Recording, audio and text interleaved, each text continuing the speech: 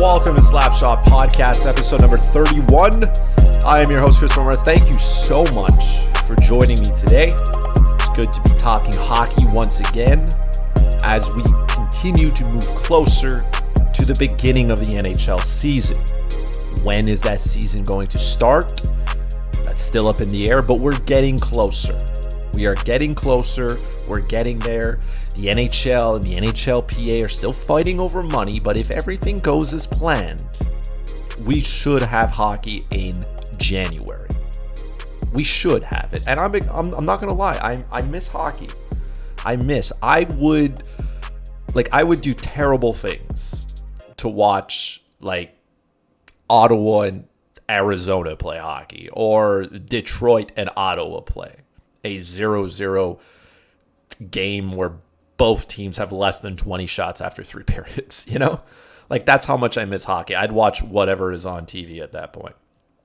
Whatever's on there. But we're slowly getting through there. If you aren't caught up on what's going on in the NHL, I mean, Gary Bettman and the owners, right? They negotiated their CBA 4 months ago, right? And we understand that there's a global pandemic going on and owners lost some money because there's no fans in the seat, and that's fine. But if to kind of just wrap this a little bit into a nice little easy to understand kind of explanation here, right? The owners are kind of asking players for more money because their fear is, well, the revenue's not going to be shared 50-50, they're going to be run out. Now, I will say this. If you know me and you follow my Twitter, which you should be doing anyways, at FuzzyChris91, make sure you do that.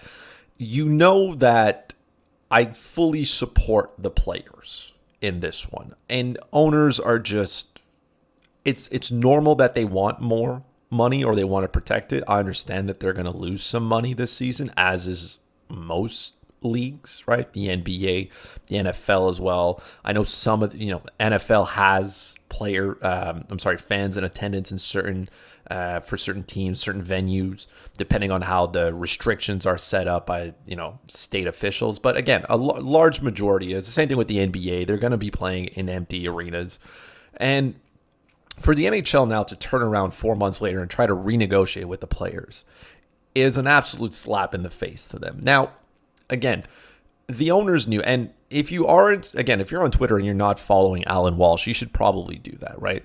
So Alan Walsh, player agent with Octagon Hockey, represents a whole bunch of, well-known players, Marc-Andre Fleury, Max Pacioretty, to name 2 of them. He's got some good stuff. He's a lawyer, right? So this is a guy who clearly understands the laws really well. Now, there was some talk that the NHL might think of just locking the players out and saying, hey, we're just going to cancel the season. Now, it's unlikely that it happens. And Alan Walsh said that at that point, the players would, file a grievance with the labor board at that point, saying that the owners can't do that. And I'm not going to go into a whole bunch of detail. That's not what this episode of the podcast is dedicated to. But I will say this. I will listen to Alan Walsh and his legal perspective ahead of anybody else right now. The league is they were looking at a January 1st start. That seems very unlikely. I'm taping this on December 5th. By the time they get 2 weeks of training camp in and everything, just January 1st doesn't seem feasible, and they still have things that they need to iron out. So the league has said maybe January 15th would be a better start point, and they're looking at about 56 games as for a regular season. 56 is fine. It's, more than enough. They want to finish the season somewhere early July, which is fine, right? You don't want this to go on into August and September and then push next season back as well. So it's understandable at that point that the players want to get the most games in, right? Owners probably want to get the least amount because players are paid based on the number of games that they play. And, if you play less games, you get paid less. So again, the players have given up a lot. Right? They've taken the brunt. Escrow, that terrible term, right? Players escrow is really up there. And the entire free agency was kind of set up for players to manage what was negotiated 4 months ago, right? And if you look at it in precisely, let's say, the Taylor Hall deal, right? Taylor Hall signs a 1-year deal, and then he's hoping he can have a great season, bank that, escrow goes down again next season, sign deals, right? And a lot of players who sign multi-year deals, right? We've seen rules been put into the CBA prohibiting players from collecting a stupid amount of money, right? Front loading their contract, as they call it. So collecting a lot of the money up front and then towards the end of their contract, getting paid peanuts. There's a whole bunch of just rules that have been put around that. And for the first time, we were seeing players kind of backload their contracts, saying, okay, well, because escrow is taking everything here, well, I'll just push the money back towards the end of my contract. I'll make $2 million in my first year and I'll collect $8 million in year 4, because that's when the players get a bigger chunk and they pay less escrow. So for the NHL, Gary Bettman and the owners to turn around and say, hey, we don't really like that. We want to renegotiate it. And Bettman has come out and say, look, we're not trying to renegotiate. And you can you can cover a turd in chocolate. It's still a turd, by the way. So you can call it whatever you want, Gary. You're trying to renegotiate the terms of a deal that you've agreed on with the player. So in short, I don't think that the NHL is going to lock its players out. I think legally that's going to be a headache for the league. I don't think the players or owners want that. I understand owners are greedy. That's who they are, right? Every single majority owner of a franchise in the NHL is a billionaire. So these are billionaires complaining that they're going to lose a little bit of money. So I'm not signing with billionaires. Players can be millionaires. That's fine. But again, I don't think the regular Joe understands what $1 billion looks like, right? I don't think they understand. And I do see people who are trying to side with the owners and are saying, hey, the players, they should take whatever they can because anything is better than zero. And then I try to flip that question around and I say, okay, well, imagine if your employer did that. Like, imagine if your employer just said, hey, take whatever we give you because that's all you got, right? That's not how you negotiate. And that's not how a player and the NHLPA looks at it. They can't just say, well, we're afraid of losing out on a season. We'll just take whatever the owners are giving us. That's not it. That's not how this works. I'd much rather the players stand up to the owners and say, hey, this is what you agreed on, and this is what we're doing. And you want to renegotiate that in 4 years or whenever the CBA is up, do that. But you can't do it now. You can't do it 4 months after. You knew what was coming. You knew the pandemic was here. You knew that a second wave was possible. Everybody knew what was going on here. So to say, oh, we are going to get less of the pie and we don't like what we agreed to is absolute garbage. So that's the most, in my opinion, that I'm going to give here. I wanted to focus this podcast on something else. Going to take a look at some fantasy hockey today because fantasy hockey is around the corner. When the NHL season resumes, fantasy hockey resumes, and I am excited for fantasy hockey, as I'm assuming most people are. So yes, my 2 cents here, the owners are wrong. The players should stand up to it. Let's sort this out. Let's get this going because everybody stems to lose if there is no NHL season.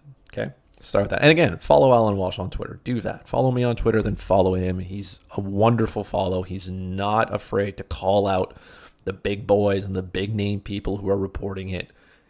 Again, he's good. I know what his job is, but he's a smart individual. I enjoy what he has to tweet. All right.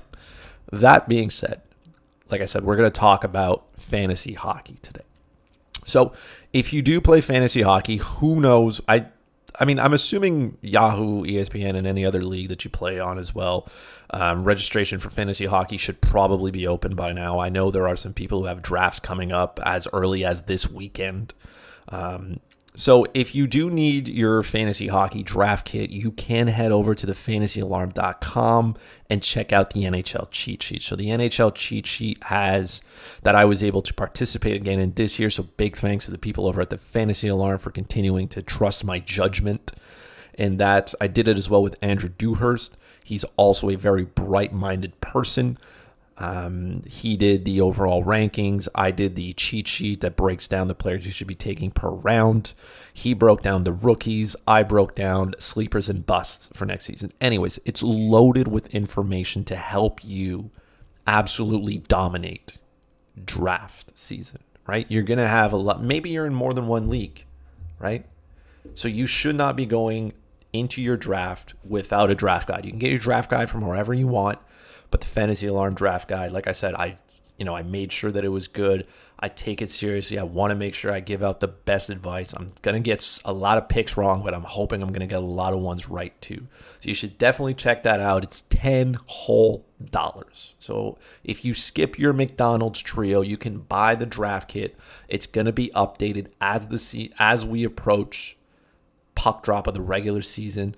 So all that information will be up to date. You can check that out now. You can sign up for it now. Head over to thefantasyalarm.com, get your draft kit, be ready to dominate. So in that draft kit, right, like I said, I did the sleepers and busts. So I picked 10 players who I think are going to exceed their ADP and 10 players who are not. Because over time, people have come to understand sleepers and busts as like these sleepers that you're going to find pick 205 overall, and they're just going to give out like 70 points, right? And that's not how I like to look at sleepers. The same thing with busts, right? I like to talk about sleepers in regards to their average draft position, so their ADP, as we like to call, because I feel like if you're sleeping on a player and his ADP, then there's value to be had there. And in fantasy hockey, it's about value. There is no such thing as an undraftable player, with the exception of Martin Jones. So if you follow me on Twitter, obviously you know how I feel about Martin Jones. He is a trash can. Do not draft him. And luckily for you, this year you probably won't have to. But in short, I target players who I think will exceed whatever their ADP is, because that's the goal of fantasy hockey, okay? If I tell you to take Sidney Crosby first overall, you're going to say, Chris, that's dumb. Yeah, it's dumb because he's not going to hit that value. He's not going to return first overall pick value. Now, if I said, okay, well, Sidney Crosby's going 100th overall, you'd say, wow, that's excellent value. The same player, but his ADP is different. That's where you've created the value. So when I talk about sleepers and I talk about busts, I talk about either them exceeding or not hitting their average draft position and returning fantasy value. So let's go through a couple of players today. I have a total of 6 that I'm going to talk about. So 2 players that I think are going to bust on their ADP and 4 players that I think are going to exceed. And now I've used ESPN's rankings to judge their ADP. Now, I have shit on ESPN a lot over the years, and that will continue this year. I think ESPN doesn't listen to this. If they do, no apologies, right? But their rankings are absolute garbage. Every year they come out, I look at them and I say, man, I'm not sure who puts this together. Did they just pick names out of a hat and put it? Because some of them are really bad. Now, I understand scoring systems are different, okay?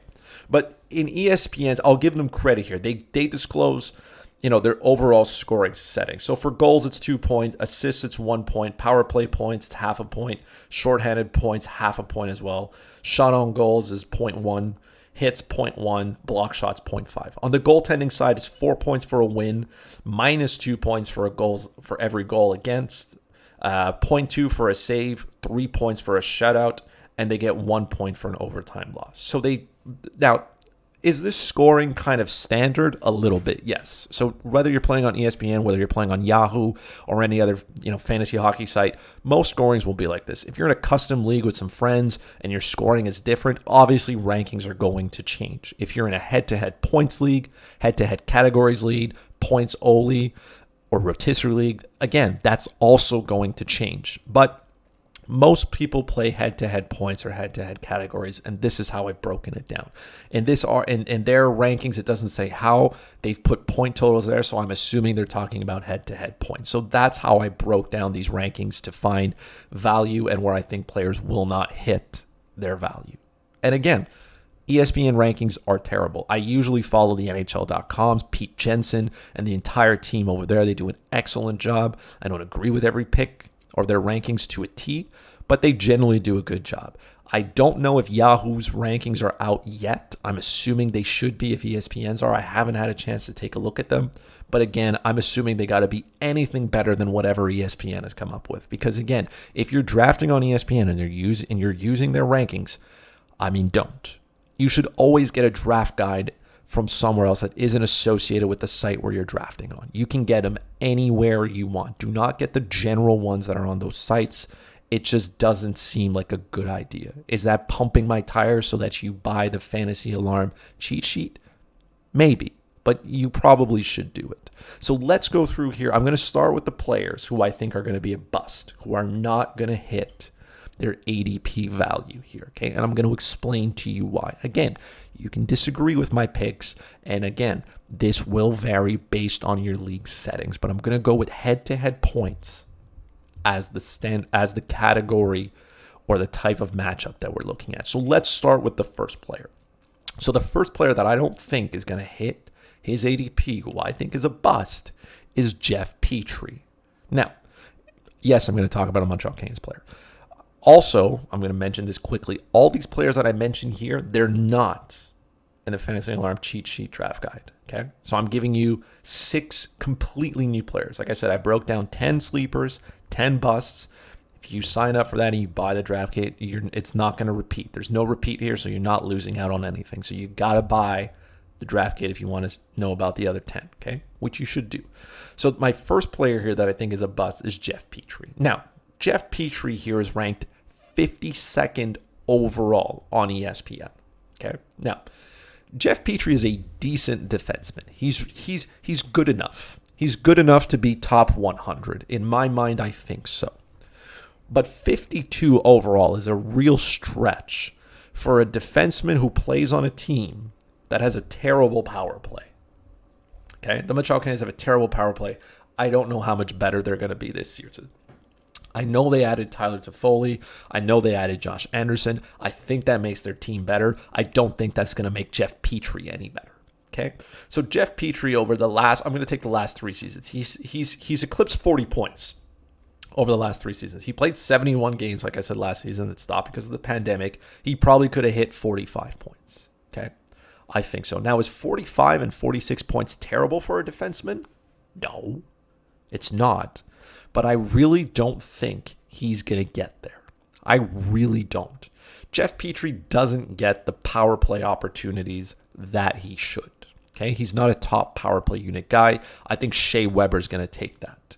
Now, I will say this. Jeff Petrie is the only Montreal Canadiens defenseman that has any sense of offense to his game, okay? Because Shea Weber doesn't. Shea Weber is not a puck-moving defenseman, and Jeff Petrie is. The Montreal Canadiens have Ben Sherratt, Joel Edmondson, Brett Kulak, and I'm assuming Romanov is going to take that final position, even if I put Victor Mete in there, which could rotate as the 7th defenseman. Not one of those defensemen are puck-moving defensemen. So Jeff Petrie is the only one. Now, Montreal will probably run 4 forwards on the power play, as they should. As of right now, and again, this is probably not as up to date, right? Daily Faceoff has Jeff Petrie on the top power play unit. I don't think that sticks. I really don't. I think Shea Weber has a bomb. That's like he scores his goals on the power play. You're going to give him top power play minutes. And you're going to run 4 forwards out there like most teams do. So my assumption here is Jeff Petrie is going to lose out on that top power play unit spot. And even on the second unit, again, most good teams don't have 2 units, so it doesn't matter. So Jeff Petrie's value of collecting points on the power play is just not there. And do I think he can get 40 points again? Sure, but 40 points for a defenseman is kind of just like it's top 100, but it's not 52nd overall, okay? It's not. Here are a list of players that ESPN has ranked behind Jeff Petrie, okay? And all these players I would take ahead of him. So Seth Jones, Ivan Provorov, Miro Heiskanen, Rasmus Dahlin, Thomas Chabot, and Quinn Hughes. All these defensemen are ranked behind Jeff Petrie. And I would take, and this is just a few, there's a whole other ones, right? At least these 6, I would take ahead of Jeff Petrie. Easy on this list. So if Jeff Petrie right now, I think he's ranked as the 12th overall defenseman on ESPN. Give me a second here. Jeff Petrie, 12th defenseman. I just named 6 that I would take ahead of him. That drops him to defenseman 18, which would probably push him ladder down. There are other ones there. That drops him to about pick 77 or 80. So that's almost 3 rounds later. Again, maybe I'm wrong here. And if Jeff Petrie hits 50 points, even better for him. But I'm not taking him as the 12th overall defenseman in fantasy hockey. I don't think he hits there. His 10 goals is kind of nice. His 40 points are okay. I'm just not taking him that early. And you probably shouldn't either. There are those 6 players that I named have a higher upside in points. And again, a lot of your league settings are going to have points for hits and block shots. I mean, Petrie doesn't do much of any of those things. He's not a big boy. He doesn't hit a lot, right? Doesn't block a ton of shots either. So even in those outside categories, he's not going to get you much, which is why I don't really see a ton of upside here. Outside of his points, which again, I'm assuming if he plays the entire season, plays 82 games, maybe he has 43, 44 points. Not terrible for a defenseman. But I'm looking to target defensemen who can easily hit 50 points. And I think any of those defensemen I just named have a realistic shot at doing it. Realistic shot. So no, I'm not drafting Jeff Petrie. The second player here that I think that is not going to hit his fantasy value is Adam Henrique. Okay, Adam Henrique, by the way, plays for the Anaheim Ducks, in case you're quite not sure where he is. So I looked at this. He's the 88th player off the board, which is the 27th centerman. Now, there's an abundance of centermen. So, again, if you're drafting centermen early, you're probably not going to need Adam Henrique. And I was kind of surprised to see him here, so I dug a little bit deeper into his stats. And I wanted to see, well, who is Adam Henrique? Now, Adam Henrique had 26 goals last season, which is pretty good. So if your league rewards you for goals versus points, right? Like let's say they give you 2 points for a goal, 1 point for an assist.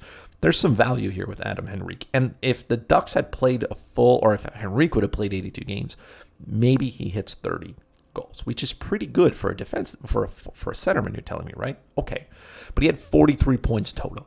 He has hit the 50-point plateau once in his career when he was in Jersey. That was the only year he hit 30 goals. Again, he might have done it this year.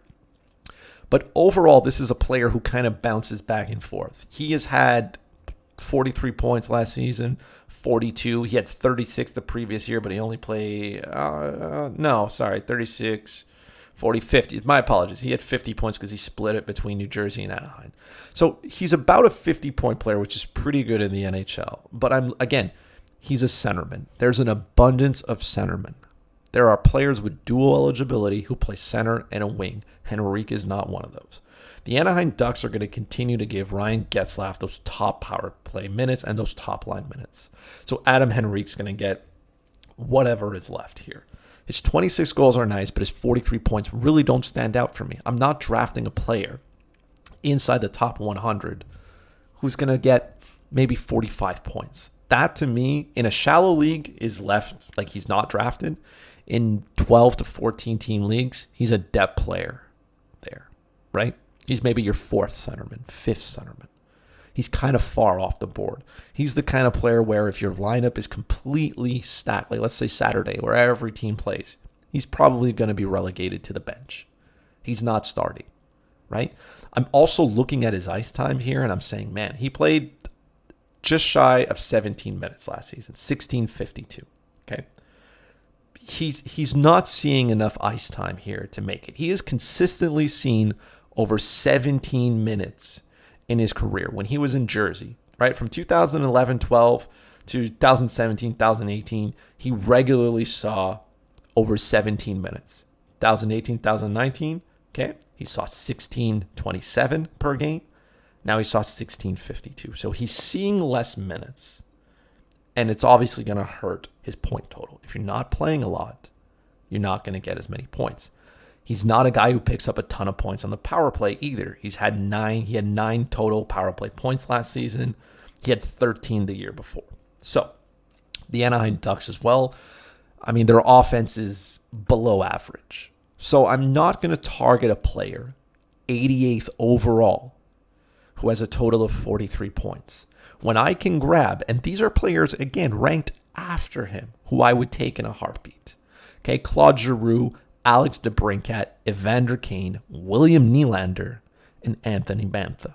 Now, I understand that the latter four, DeBrincat, Kane, Nylander, and Mantha, they're wingers. And again, at this point in the draft, I probably have 2 centermen. I don't need to find another one. I'll find them later. Don't worry, there's an abundance of those centermen.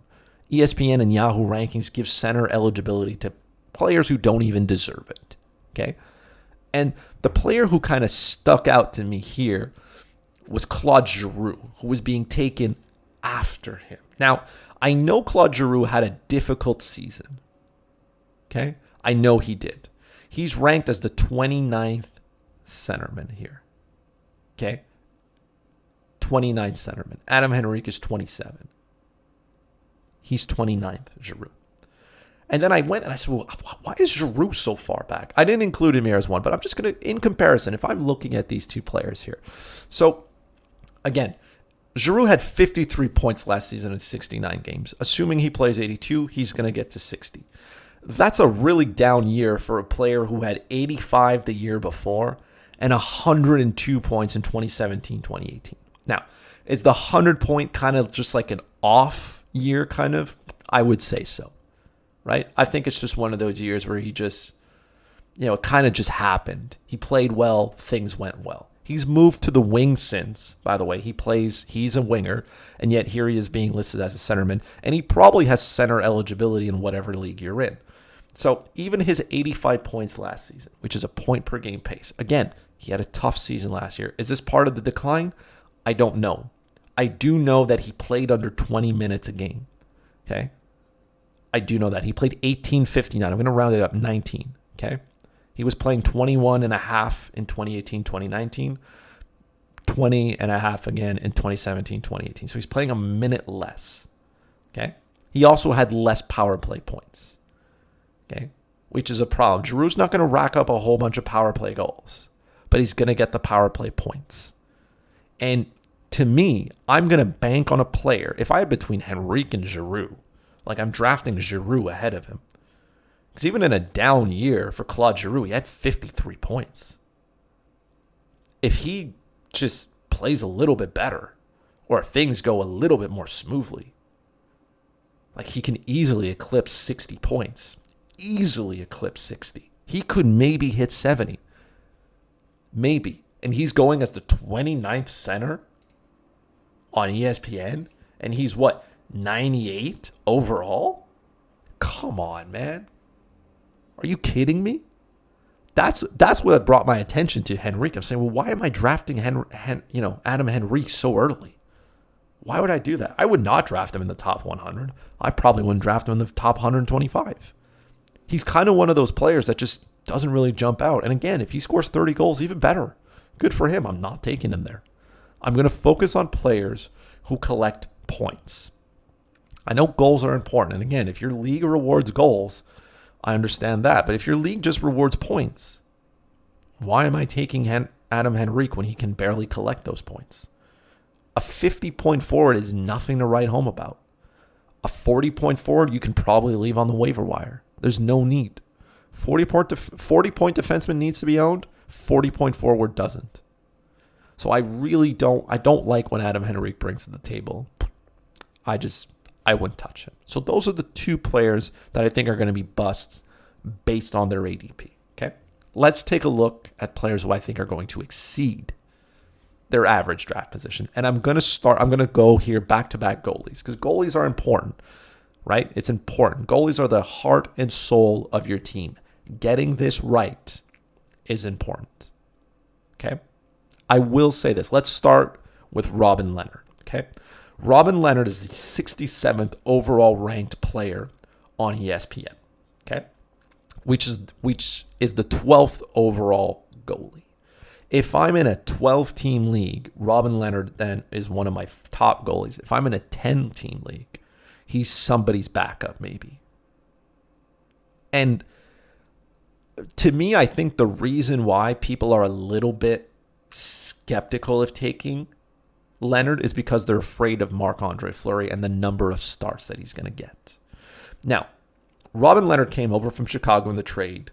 He played 3 games in the regular season for Las Vegas. 3 games. Small sample size, I know. In those 3 games, 3 wins, 1.67 goals against average, 940 save percentage. That's absolutely elite, okay? Even in Chicago, okay?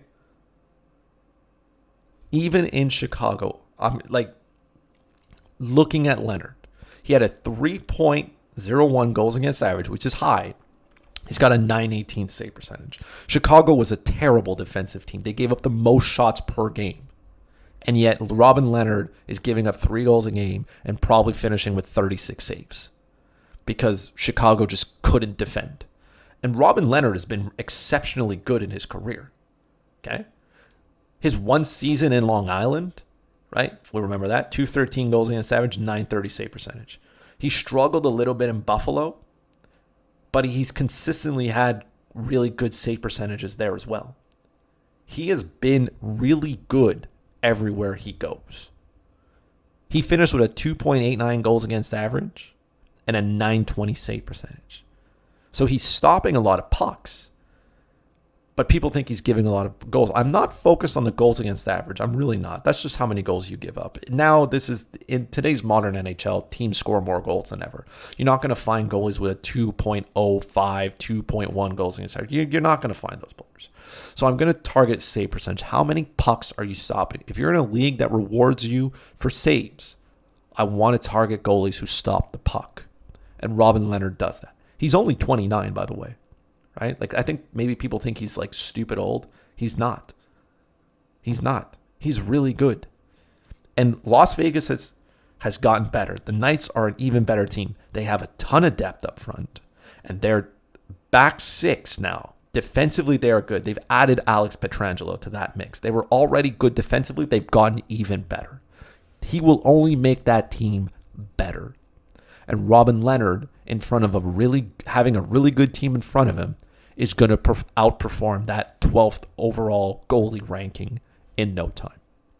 Okay? Here's how I look at where he should be. Okay? The top fantasy goalie in hockey, in my mind, is Andrei Vasilevsky.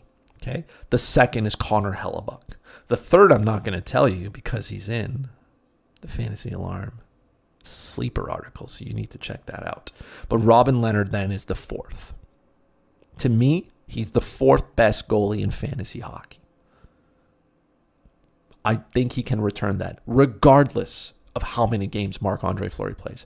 I don't think it's a timeshare in Vegas. I really don't. I think Marc-Andre Fleury, I think the skills are starting to go away. He's getting a little bit older. I think he's going to be relegated to a backup at some point. You don't trade for Robin Leonard and give him $5+ million a year to sit on the bench, right? And again, Marc-Andre Fleury is pretty good, but he wasn't where he needed to be last season. He wasn't. And that kind of hurt the Golden Knights a little bit. And they go out, they trade for Robin Leonard, and they decide, hey, we're going to sign him and we're going to keep him. I do think he's the starting goalie. And again, some people might be weary of that and like sit back and say, oh, I'm not sure. But those same people are willing to draft Tuukka Rask when Tuukka Rask is probably on the decline and Yaroslav Halak plays half the games. So that's an unfair conversation to have for Robin Leonard when you're discrediting it for the Bruins. And again, we're not even going to touch on those players because, well, the Bruins are a whole other story. So to me, Robin Leonard is the fourth best goalie in fantasy hockey. If that's the case, he's going way ahead of his 67th overall. I think he's one of the better goalies in the league, and I think people need to just figure out that he's worth a high pick. He's a good goalie. He will outperform his ADP. No questions asked in my mind. Okay, that's the first goalie. The second goalie I want to take a moment and focus on here is Mackenzie Blackwood, okay, the New Jersey Devils goalie. Now, the New Jersey Devils went out and they signed Corey Crawford. Corey Crawford's going to go in and back up Mackenzie Blackwood. He's going to get some starts, which is fine. But I think Mackenzie Blackwood is a really good goalie who people just kind of don't know because he plays in New Jersey and the Devils are not great. I think the Devils are going to be better this season. Okay. I think some of their young players are going to take another step, specifically Jack Hughes, right? Nico Hischier. I think they're going to get better. I think maybe PK Subban comes back into form. I think their defense is not that bad. This team is a defense-first kind of team. And when I look at Mackenzie Blackwood, okay, he had a really strong rookie season. He did. And his 2.77 goals against average is what it is. But he got a 915 save percentage on a team that doesn't score a lot of goals. And, well, they play a lot of defense. He was even better. His numbers were even better in his first year. Okay? Where he had a 10-10 record. He started 43 games. I mean, again, I don't know what the timeshare is going to be, right? But I don't think Corey Crawford's going to come in there and eat a whole bunch of those minutes. I really don't. Corey Crawford's health is always something to monitor. That's to take a look at. But Mackenzie Blackwood in his rookie season did a really, I mean, was he a rookie? I don't know. Maybe. I think he was considered for Rookie of the Year. Or was that the year before? Doesn't matter. He's a good goalie is what I'm saying. Right now, Mackenzie Blackwood is the 19th goalie off the board. That's 132nd overall. He is somebody's second goalie, and in some cases, a third. I think he deserves to go ahead of 19th, okay? I think there's a goalie here, right, on ESPN's ranking. UC Saros is the 13th overall goalie they have ranked. Let me just pull up their list here. I think UC Saros is the 13th overall goalie. 13th, correct. 93rd overall. If I have to pick between UC Saros and Mackenzie Blackwood, I'm taking Mackenzie Blackwood, and I'm not even looking back. There are other goalies in the mix there that I'm okay with and saying, all right, they can be there. But Mackenzie Blackwood is the 19th goalie off the board on ESPN. Bro, what? That doesn't make sense. He's a good goalie. Again, the Devils are built to play defense. Their team is kind of they're not exciting to watch, right? It's the Devils. They're no fun to watch. But their team is good enough defensively that they can do what they need to do to pick up wins. Okay? That's the truth. Okay? Is their defense going to hold up? I think it can. The question is going to be how many goals can they score? Can they give Blackwood the support that he needs to win? Because right now he's stopping the puck, right? And if your league doesn't criticize you too hardly for losses and wins, he did have a winning record. So even there's something to be made of. I don't understand why he's the 19th goalie off the board. When there are other goalies in front of him, I'm like, no, I'm not taking him. I don't want anything to do with him. So Mackenzie Blackwood, Robin Leonard, take them. Look at them. Don't be afraid of them. Don't worry. Don't be afraid of Corey Crawford. Don't be afraid of Marc-Andre Fleury. They're going to get starts every once in a while. It's fine. It's normal. These two goalies are worth it. Okay? Next, player who's going to outperform his ADP here. And honestly, this one kind of shocked me a little bit because I didn't think it was possible for this to happen. Okay?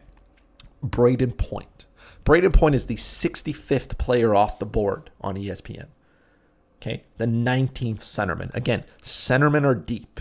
But again, ESPN gives out centerman rankings to anybody really. Okay, they don't even care. All right, they have Sebastian Aho ranked as a winger. Okay, so again, I talk negatively about them and they keep proving my point. Okay, Braden Point had a breakout season the year before. Okay, he did. In 2018-2019, he had 92 points. Okay, he had a down season technically last season. He only played 66 games. He missed some games due to injury at the beginning of the year. He still had 64 points in those 66 games. Okay, he came back down to earth a little bit, which I think is fair. Okay, because in the previous year, 2018-2019, when he had 92 points, he also had a 21.5 shooting percentage, which is ridiculous. He's scoring one goal every 5 shots. He also had 20 goals on the power play. Half his goals came on the power play. 20 power play goals, 15 power play assists. He didn't have that this year. He only had 13 points total. So when you go from 35 points to 13 on the power play, you're going to have less points. Okay? And I think people are starting to fear, Steven Stamkos missed all the playoffs due to his injury. Stamkos is going to come back. I think Stamkos is going to play the wing. I think he's a winger now. He can play center. But I think Braden Point's going to play center on the top line with Nikita Kucherov. And at that point, you can put Steven Stamkos on the second line to play wing on the right side. Or occasionally you can put him left wing on the top line and you want to create that big power line. Regardless of that, Point's going to see top power play minutes. Nothing's going to change there. The Tampa Bay Lightning are still a very good team. Like I said, the season before, they were just unstoppable. You couldn't stop the Tampa Bay Lightning. Everybody had points, including Braden Point.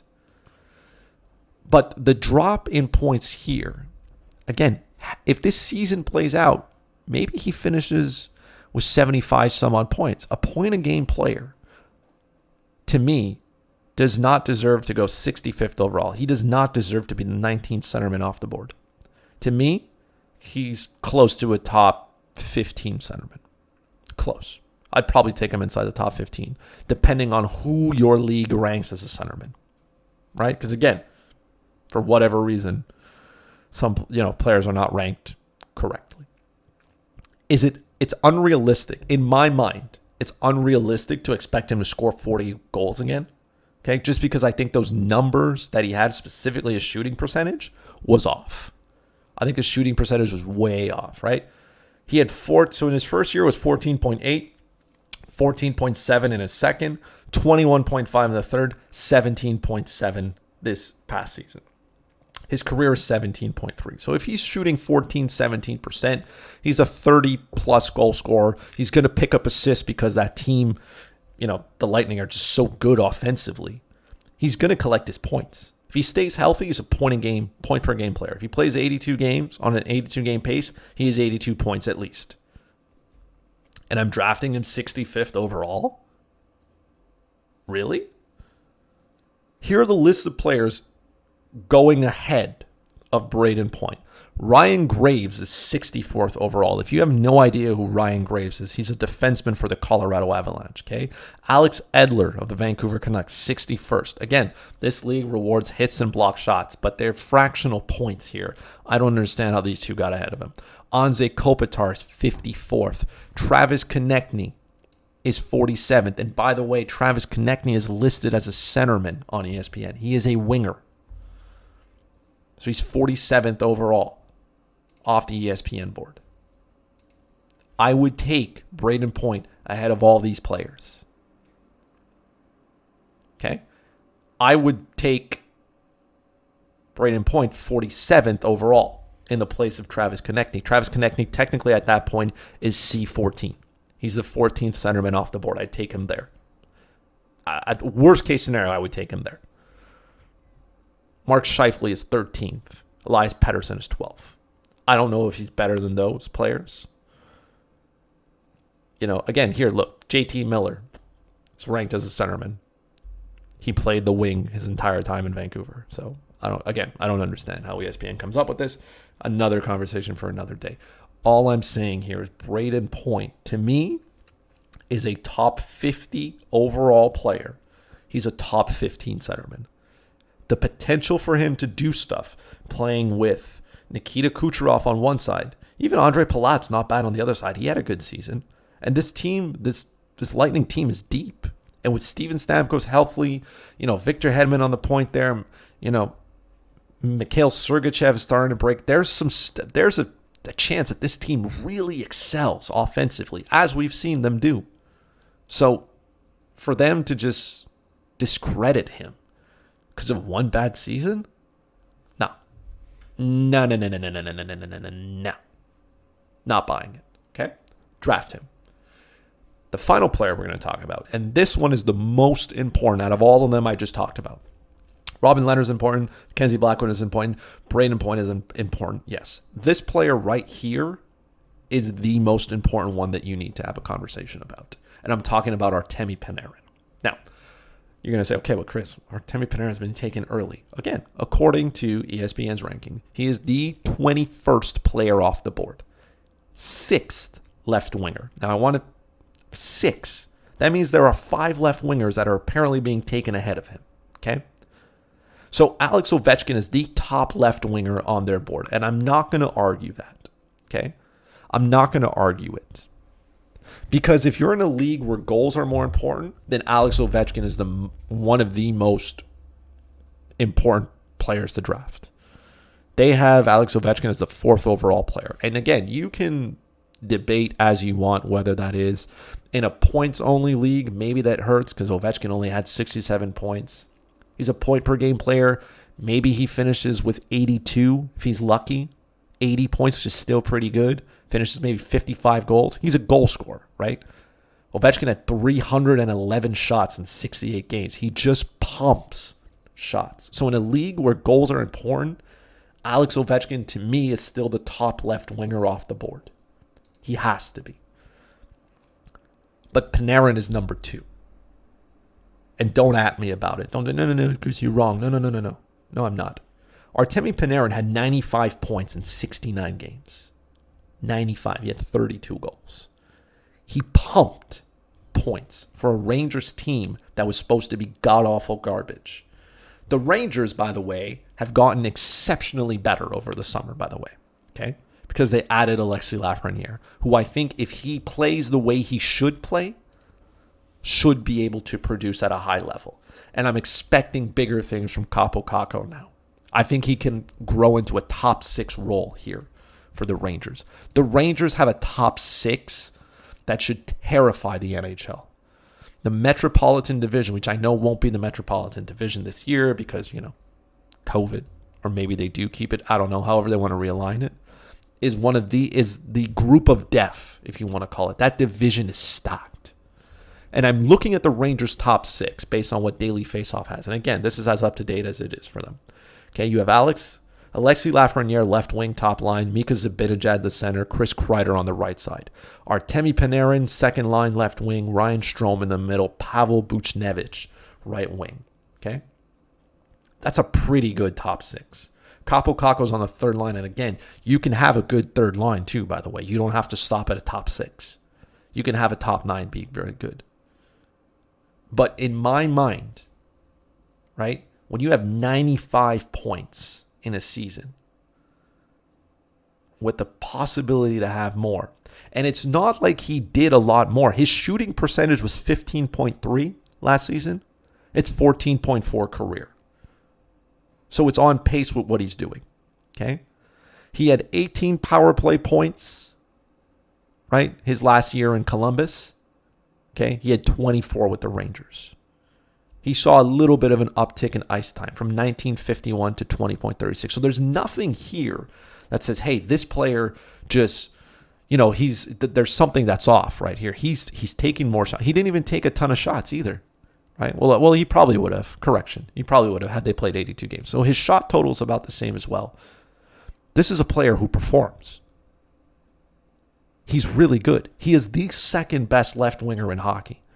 Why am I taking Artemi Panarin 21st overall when he has the easy potential of hitting 100 points in an 82-game season? Are there 100-point players too much? Are there too many of them? If you get 100 points in a season, you're a top 10 player. Top 10. Top 10. You can't take a defenseman or a goalie at that point because the opportunity cost would be so high. It just doesn't work for me. He's a top 10 overall player. I don't care how you set up your list.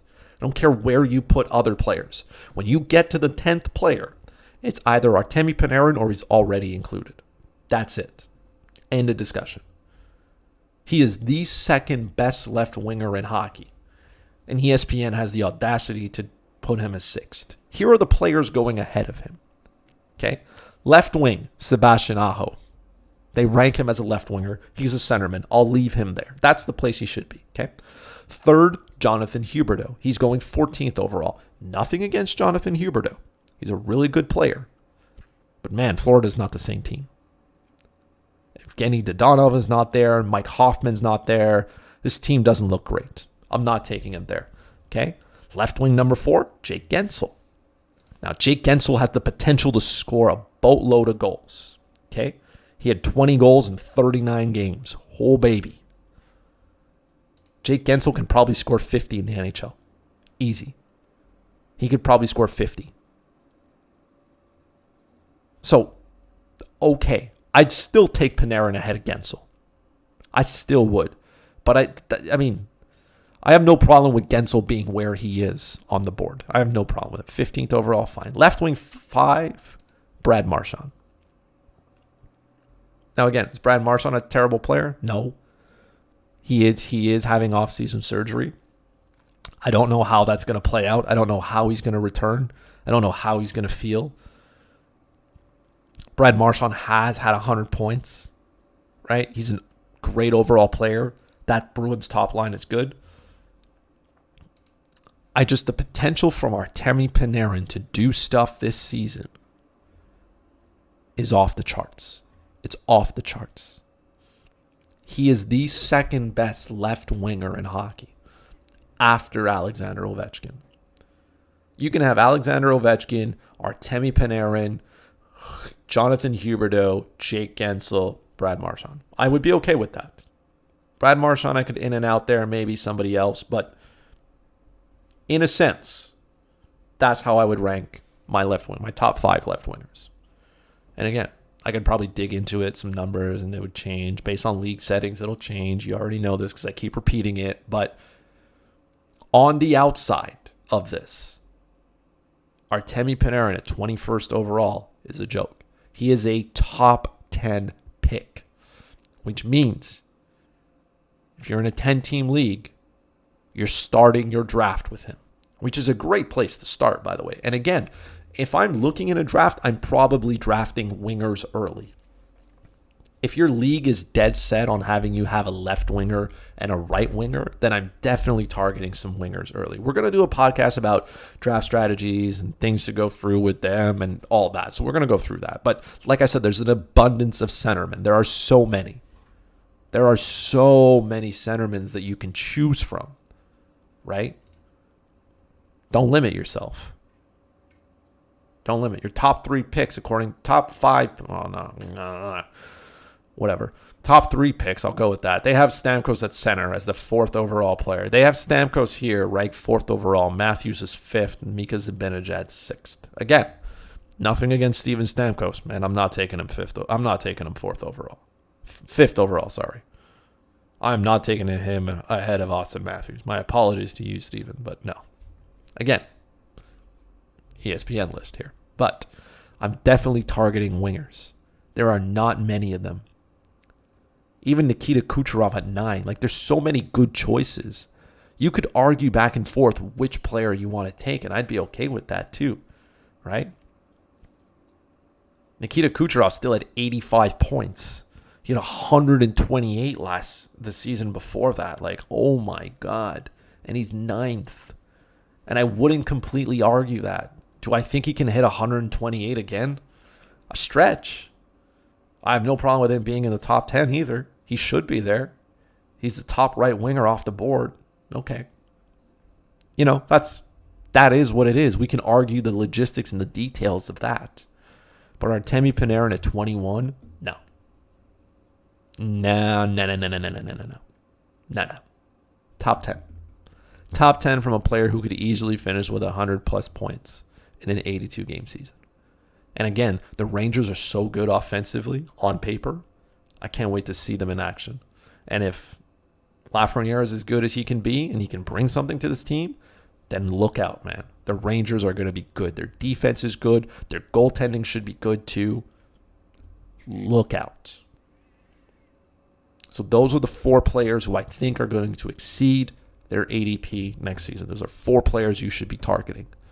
And if you draft correctly, you could have all 4 of those players on your team and not give up value elsewhere. All 4 of those players you can have. I would draft all 4 of them on my team in a heartbeat. Wouldn't even matter. So yeah, those are the 4 players. Like I mentioned, the other 2 players who are not going to hit their ADP. And those are the 6 players, man. And that, ladies and gentlemen, brings us to the end of the podcast. As I said, make sure you check out the Fantasy Alarm Draft Guide. Go pick it up. It's $10. It's a perfect investment, especially if you're playing fantasy hockey. It's going to be updated by me. It's going to be up to date. If you have questions, make sure you slide into the DM on Twitter at FuzzyChris91. Follow the podcast on Twitter at Slapshot Podcast. Tell me your list. Tell me if you agree with this. You can slide and tell me I'm wrong. That's fine. I have no problem with that. Tell me if you agree with those choices. Tell me if you disagree. Tell me why. Let me know. Share the podcast with your friends. Don't forget to subscribe to the podcast wherever you find your podcasts. It's on Podbean. It's on Spotify. It's on Stitcher. It's on YouTube. It's on Apple Podcasts. Get it. Listen to it. There's going to be a lot more of them now. Fantasy hockey is coming. I promise I'm going to get to at least one every week. I'm going to try stupidly hard just because there's so much to talk about this time of year. There's so many things. Most of the podcasts are going to be tailored towards fantasy hockey. So we're going to take a look at that. We're going to talk fantasy hockey. If you play fantasy hockey, you don't want to miss the next couple of episodes coming up, man. Like I said, follow, keep everything up to date. It's going to be a great year for fantasy hockey, so settle in. Grab your beverage of choice. Grab your popcorn and sit back. There's a lot of podcasts coming, man. Thank you so much again for joining me. Be safe, wash your hands, and we'll talk to each other soon. Bye.